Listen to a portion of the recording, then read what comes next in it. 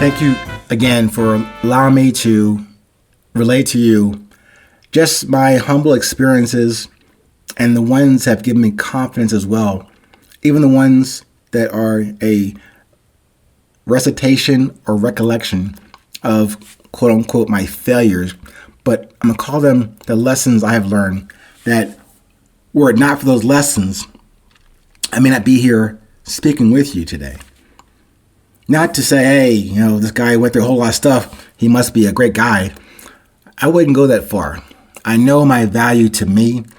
I can't prescribe to you how you should perceive my value.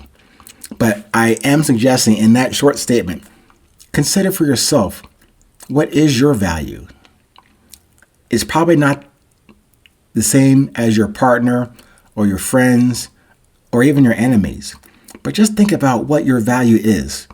And given that more parameter or buoy to start forming out that answers that question for yourself, think about not just the questions I'm giving you, then start developing your own questions. Many of us don't want to ask those kind of questions of ourselves. We want to ask them of someone else and have them give us an answer, then we'll use against them or can use it as cannon fodder in a potential argument going forward. But the ones I'm asking you to do, this approach, this model, if you will, is to start not just posing those kind of questions to others outside of you, ask them of yourself. I understand that many people don't want to get into the transcendental meditation or personal mantras or self-speak or self-talk. I get that. And it's not just talking to yourself to make yourself better. I'm asking you to consider that to get to your best in every moment and every day, not with others and not just with you, with your creator as well. However you decide to define that, Allah, Jesus, God, Buddha, your dog, however you decide to define it for yourself. But I'm asking you, maybe by my analytical and engineering background, I'd love to have a definition that we can at least center around, maybe disagree on, but at least something we can say, okay, that is my definition. Let's hear yours.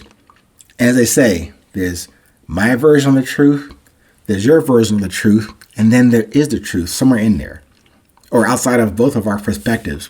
But I think right there is a summary of what's important as a quality that many of us have lost or deprioritized in the past 10, 20 years.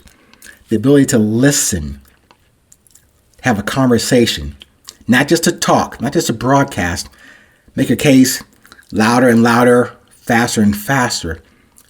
No, take a reasonable approach to what makes sense, what fosters the expansion, the forward movement of a conversation, not just to talk, to see like I have more degrees than you do, or you have more degrees than I do, or you have a bigger job and bigger paycheck than I do.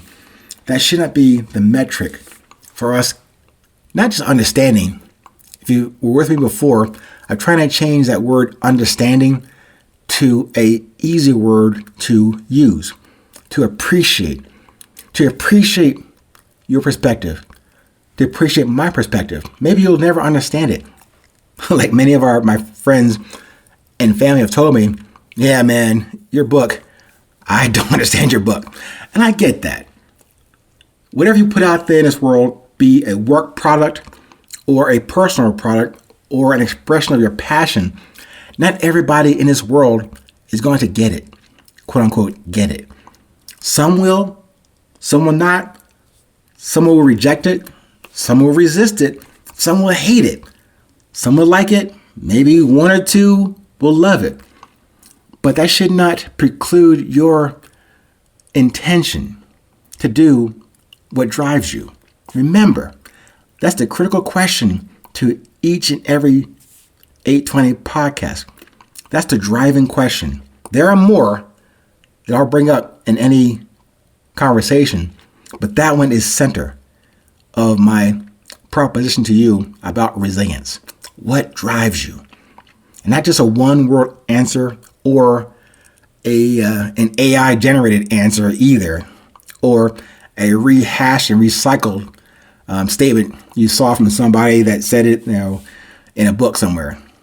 Unless it's my book, but never mind that. What I'm saying, though, I'm asking you to look inside. Not just to gaze at your navel or your pinky toe. I'm asking you to actually ask kind of questions and do a reflection on what drives you. What is it that makes you do what you do? What moves you forward? What makes you, lack of a better term, what makes you happy? I hope you're not looking for someone to do that for you. Certainly, you can buy something.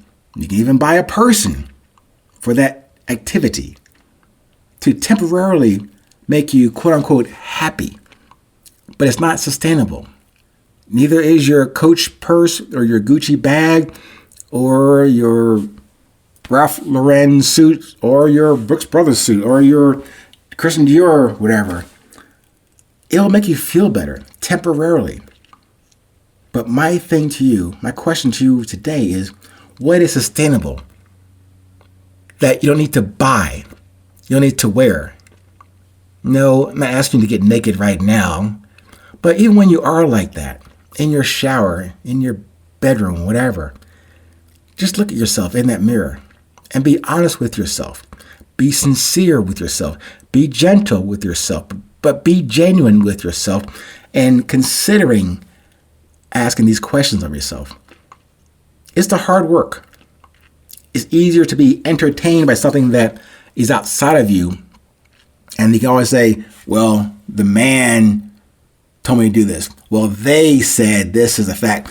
Well, CNN says this, MSNBC or whatever. But let's get out of that practice, shall we? It's 2025, as they say on the calendar. It could be some other year, but let's agree that it's 2025. This is the current time. This is today. Let's stay with that. This is now. So right now I'm asking you to consider just investigating, meaning ask yourself these kind of questions, even going to the next step of writing them down or typing them into your tablet or your iPhone or computer. Write them down. Work with them. Look at them. Voice them to yourself. Have that communication with your creator, however you have decided to define that person or thing or entity. Read the book, the Bible, the Quran, the Torah, whatever book is, this book of du jour, whatever. But find that thing that guides you to answer these kind of questions, or at least start approaching the answers you're going to receive to these kind of questions. I know I rambled just a bit on this one today, but I'm asking you to look inside and see what's in there. Close your eyes, close your ears, but open your heart. Stay present, stay current. No matter where you are in this world, please remember, it's always 8:20.